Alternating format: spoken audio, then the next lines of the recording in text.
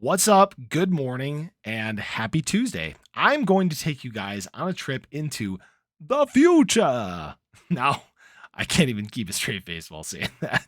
Now, we may be getting an early glimpse as to what is going on or what is going to happen with Cardano in the future. And I want to take you guys through what we're seeing and why this may be kind of an early indicator.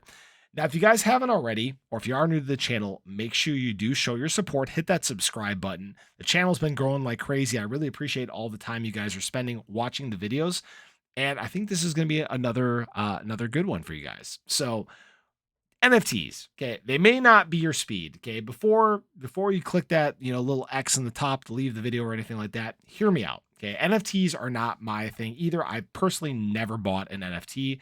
I probably never will. Well, I don't want to say that. Maybe I will in the future, right? As there becomes more use case. Okay. But what we're starting to see is there's a mass exodus happening in Solana when it comes to NFTs. Now, Solana had been an absolute boom lately in the NFT space. Okay. It's been pulling a huge portion of the market share from Ethereum. Ethereum is obviously the largest NFT chain out there. But Solana has been cutting into that quite a bit. They actually increased from, as far as the volume goes, from 7% to 24% of the entire NFT space. And that's just from mid-August to the end of September. So that's huge, huge growth.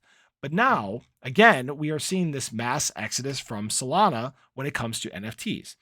Now, Solana obviously has its own set of issues. Okay, I don't want to talk necessarily bad about Cardano or about Solana, but we've all heard about the hacks. Okay, they're in the news. We've heard about the chain downtime. This is something that obviously nobody ever really wants to be stuck as a part of. And because of this, I think this is a big reason why they're seeing, people leaving and finding a different chain that works well. Well, now Cardano, with the implementation of the Vassal hard fork and the Plutus 2 cost model, we are seeing cheaper transaction fees, which makes it more appealing to trade on Cardano. And the NFT space on Cardano has just been absolutely exploding. For example, in the last 24 hours, NFT trading volume on Cardano has increased 110%. This is a huge, huge growth in a very short period of time.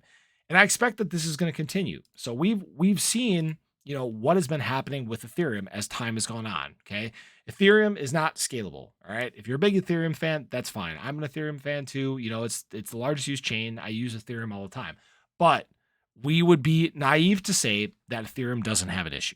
We saw it, especially if you've been in crypto for a year now.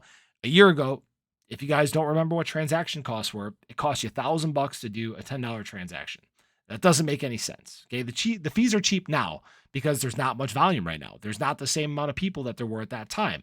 So network load is still an issue that is existing in the space, which is why you saw, people start leaving Ethereum and finding other chains to operate on. Okay, and NFTs is a huge, huge growing space in Web3. Okay, it's starting to take over. We're seeing a big influx of people wanting to get into NFTs. And again, there's more use cases than having something just be a digital picture. NFTs have far more use case than that, and they're still being figured out because obviously NFTs are still very new. But I think this is, again, kind of an insight into what is going to happen in the future. Cardano has built this juggernaut of a chain, right? And now its full potential can almost be realized. We're still waiting on obviously the governance to come, and that's going to be happening, I believe, next year as we roll into the last phase of Cardano. Now, again, this gives you a little bit of an insight what is going to happen because as Ethereum still has issues with fees once we get going into the next cycle.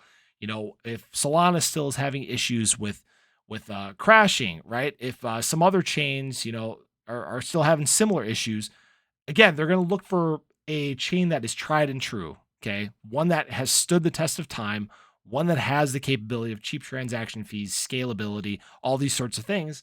And Cardano is the answer for that. Cardano is the clear winner when it comes to the best of all worlds. Okay, so again, this I think is just kind of an early insight of the things to come, a little sneak peek. Hope you guys enjoyed the video. Hopefully you guys learned something because I wasn't aware that this was happening. So obviously I felt that it was important to bring this information to you guys.